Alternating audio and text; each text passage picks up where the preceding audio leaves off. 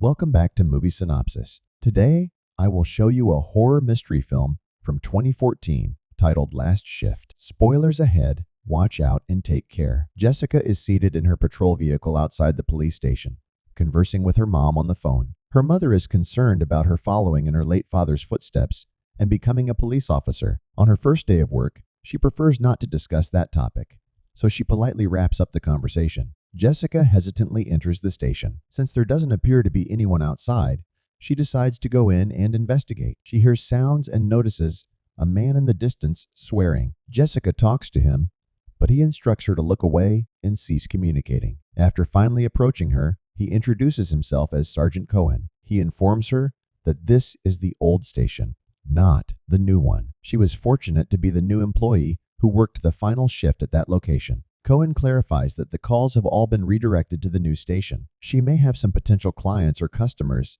that she could recommend to him. If there is an emergency, she needs to call the station. Cohen gives her a tour of the kitchen, but warns her not to enter holding. Jessica wonders why he is there instead of a security guard. He clarifies that she must be present in order to handle the evidence. Hazmat will arrive at the station at some point during the night to get rid of it. He instructs her to stay on the premises until her shift is completed and promises to take over when it's finished. Afterward, Jessica is engrossed in a book and is on the verge of drifting off to sleep. All of a sudden, she spots an issue with one of the lights in the hallway. When the phone rings, she receives a desperate call from a woman who claims to be stuck and fears that everyone with her could be deceased. After asking for the address, the woman ends the call. Jessica promptly contacts the news station. Because she didn't receive the required information from the caller, they simply inform her that they will investigate the call to ensure proper rerouting. She listens to a noise coming from a distance and decides to investigate,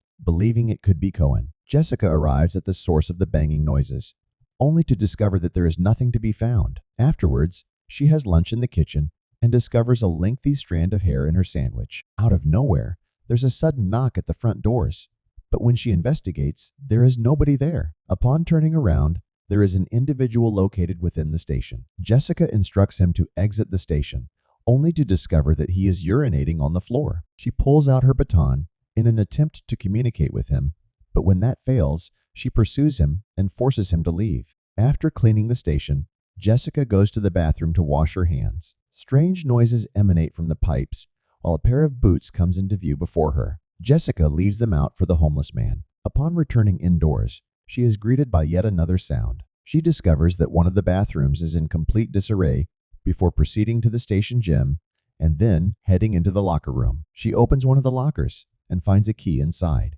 Upon opening it, she discovers a photograph of herself and her father. She shut the locker and noticed that all the rest had been opened. All of a sudden, another call comes in. The woman begging for help is the same. Jessica receives a call in which she confirms her identity and is informed that she has been taken to a ranch, after which the call is abruptly ended. There is a new call right away, but this time it's from the waste removal company. The man informs her that they will be arriving a bit later than planned. Jessica contacts the news station once more to inform them about the subsequent call. They claim that the girl is not dialing 911, but calling the station directly. If she calls again, Jessica should advise her to dial 911. Jessica is reading the handbook, anticipating another call. Suddenly, the raft behind her begins to shift. She inspects it, but she doesn't discover any issues. Once she is seated, the raft promptly unravels and collides with the other rafts. Jessica hears a noise from behind and decides to investigate. She notices that one of the doors is ajar and hears a noise coming from inside, so she reports it before proceeding to investigate. All she receives from the station is a song. There is another sound, and a siren activates in the station. Jessica is quoting lines from the handbook as she walks towards the location where the sound originated. As she enters the messy room, she is startled when a box nearly falls on her, only to discover that the homeless man has also made his way inside the building. He is searching for something and not noticing her, so she climbs up to reach him. She renders him incapable and takes him into custody. Jessica insists on taking him to holding, but he continues to resist, prompting her to drag him inside. The slamming doors echo as screams fill the air outside. He attacks her, and she incapacitates him. Jessica becomes aware that she is confined in the cell and requests for assistance in unlocking the door. She drops the flashlight in fear when she sees a mysterious face at the window. All of a sudden, the flashlight is in the possession of the homeless man, and he is pointing it directly at her. She makes him aware that she is carrying a weapon. The corner is illuminated by the flashlight, revealing the homeless man who is still unconscious. Jessica is inquiring about the identity of the people inside. You can hear the voice of a child. Once again, she pounds on the door as the voice inquires if she desires to leave the place unharmed. Jessica requests her flashlight, and as the lights dim once more, two silhouettes appear beside her. The lights turn back on, and the cell door is now unlocked. She goes outside, secures the prisoner inside, and then attempts to soothe her own nerves. Eventually, Jessica tries to contact Cohen by phone. When he doesn't pick up, she leaves a voicemail, but she doesn't disclose the details of the situation. She leans back in an attempt to unwind, but can't help noticing the words written clearly on the ceiling. Upon inspecting the station's doors, she notices a woman standing outside and instructs her to depart. Marigold requests to smoke her cigarette in that spot because she feels more secure, and Jessica agrees. Marigold states before entering that she can tell she's a newcomer. She informs her that she was incarcerated in a cell adjacent to the Paymon murderers who committed suicide in the station. These individuals had kidnapped and murdered several girls. Jessica is aware of the case because her father was killed at the crime scene, where she also knows that the criminals perished. Marigold maintains that they returned them to the station alive, and she could hear a strange song being sung in the cell next to hers. They used their bed sheets to hang themselves. Marigold smokes her cigarette and leaves Jessica at a loss for words. She is patrolling the station and comes across a television that is turned on. The television airs a police interview with the Paymon sibling who carried out the abhorrent crime that was described. Two additional televisions turn on, broadcasting interviews featuring the Paymon sisters. In a flashback, John Paymon is shown discussing the devil. The flashbacks of the interviews with the sisters carry on as they each express similar sentiments. John's threat on the recording is so absurd that it sounds like he is directly addressing Jessica. Out of nowhere, a chair swings towards her and briefly gives the appearance of having someone seated on it. It continues to do that until it pushes Jessica down. She hurriedly answers the phone when it rings. The girl is claiming that the other girls have been murdered. Those who have done so continue to sing the song that Marigold mentioned. Jessica attempts to convince the girl to dial 911, but she refuses, prompting Jessica to advise her to flee and find a place to hide. Before wrapping up the call, Jessica inquires if the girl is familiar with the name John Paymon, to which she responds affirmatively. Jessica has begun to piece together some information, prompting her to contact the news station once more and share all the specifics of her conversation with the girl. She informs the officer over the phone that she believes the remaining Paymon family members could be after her.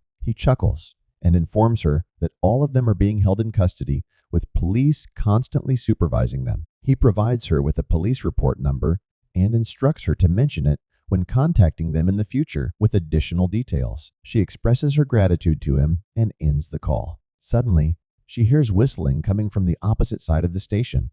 Jessica goes to inspect a room filled with office chairs, but her attention is diverted by additional noise. After glancing behind her, she notices that all the chairs have been moved into new positions. Jessica feels that she has reached her limit and suspects that the other police officers are pulling a prank on her due to her lack of experience. Unexpectedly, the station bell rings, and upon investigating, she finds a lone officer present. She starts questioning him about whether he was the only one involved in the prank on her, or if there were others involved too. He appears to be unaware of the topic she is discussing. Jessica is wondering if they have used that same trick on other new recruits too. His name is Price, and he explains that he has come to see how she is doing. Price requests for her to allow him entry. They enter the station as a pair, engage in conversation. She believes that he was sent to monitor her. However, when he inquires about her shift, she chooses to share the story of the homeless man. He chuckled and mentioned that he's experienced more challenging situations,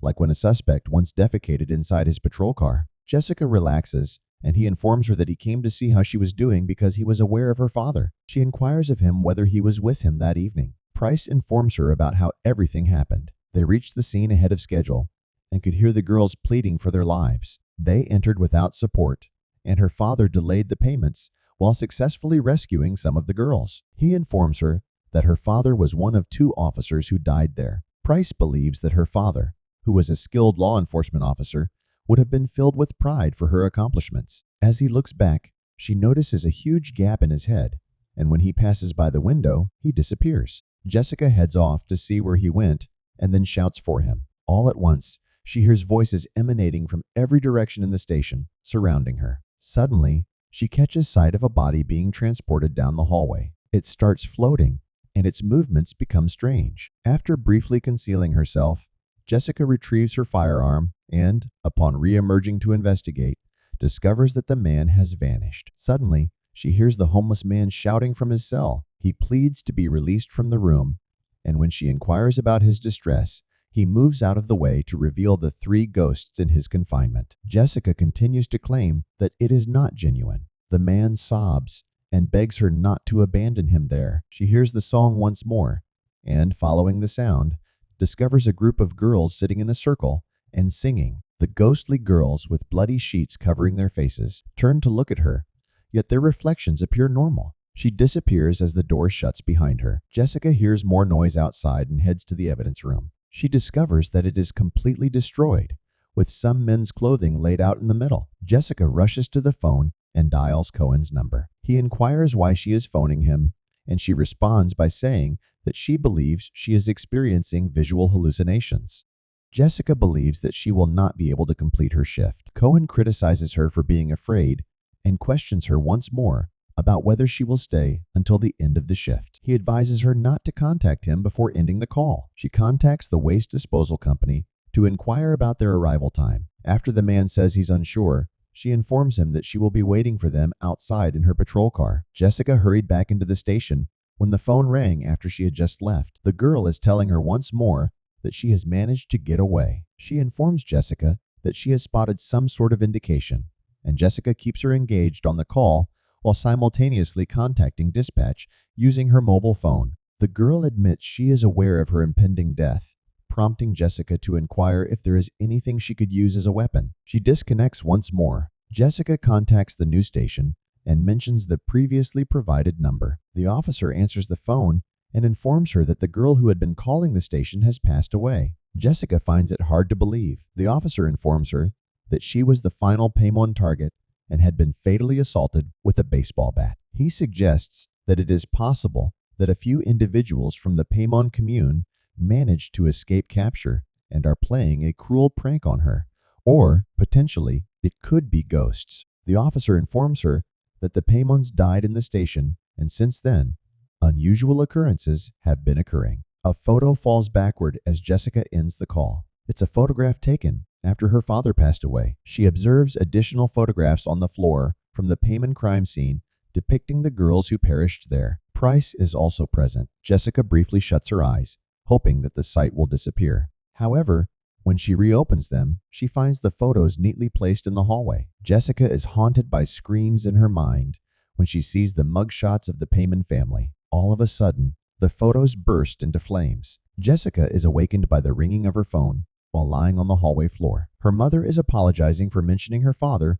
while talking on the phone. Jessica realizes that her gun is not where she left it. Unexpectedly, she caught sight of someone in the hallway, and as she tried to pursue them, she was suddenly struck unconscious. She awakens in a room for an interview with a woman. Jessica is uncertain about what is real now. The woman confesses that she is willing to do anything for John Paimon and believes that it should have been her who went with him that night. She inquires of Jessica whether she has spotted him there and also informs her that she has. Afterwards, the woman explains that she has come to commemorate the first anniversary of his passing and takes her own life using Jessica's gun. The phone rings once more as Jessica walks past the body, retrieving her holster and gun before answering. The girl on the phone is the same person. When Jessica informs her that she is deceased, the girl erupts in laughter, which is quickly interrupted by the sound of a bat striking her as heard through the phone. The sound persists in Jessica's vicinity, and as she peeks under her desk, she catches a glimpse of the ghostly girl. Jessica is hiding in the rafts, while the ghost follows closely behind, diligently searching for her. She locates Jessica and informs her of her desire to not die. The ghost disappears, and Jessica hurriedly makes her way to the door, eager to escape. She is unable to open the door, forcibly exit from the situation. She receives a call on her phone. Her father is on the phone, He comments that she is as determined as he is, but questions why she is attempting to depart after he has devoted his life to the work. Jessica is apologizing and promising not to do it again. He informs her that the man who caused his death is still present in the building and advises her to take action against him. Suddenly, a homeless man walks by her. She inquires about his escape and instructs him to lower himself. As soon as she tries to handcuff him, he transforms into a ghostly figure. Jessica inspects the homeless man's phone, only to discover that he has passed away. The walls display the title King of Hell. Jessica attempted to contact the news station for help, but all she could hear was static on her radio, followed by a scream, and then the song playing once more. Blood streams from the radio as a ghost materializes beside her. She observes the prisoners performing some sort of ritual with the payments before taking their own lives. John shifts his gaze to Jessica and removes the sheet. The spirits appear unexpectedly beside her and also manifest on the screen. Price also shows up and ends his own life. John comes close to catching her, but she discovers a picture of her father and starts reciting sections of the law enforcement codex. Her father phones her once more and informs her that they are on their way. He insists that she must put an end to them, no matter the cost. She fires at a small group of hooded men who have suddenly appeared. They instruct her to seek them out. Jessica finds them after searching and eventually ends up in the evidence room. She hears them once more and pursues. Jessica fired a shot at one target and then pursued the remaining targets. She removes another one and renders another one unable to function. He begins discussing the devil, and she also dismisses that topic. Out of nowhere, she also gets shot. Cohen emerged from behind her, aiming his gun in her direction. She looks around and realizes that the man she had murdered was employed by the waste disposal company. The flashback shows the actual events unfolding. Jessica finds it hard to believe. She eliminated all the men from the company who were supposed to handle the evidence. Cohen alerts to the situation as Jessica performs the payment song. 3 ghosts of payment manifest themselves and whisk her away. Make sure to subscribe and turn on notifications so you can watch more videos like this. Thanks for watching.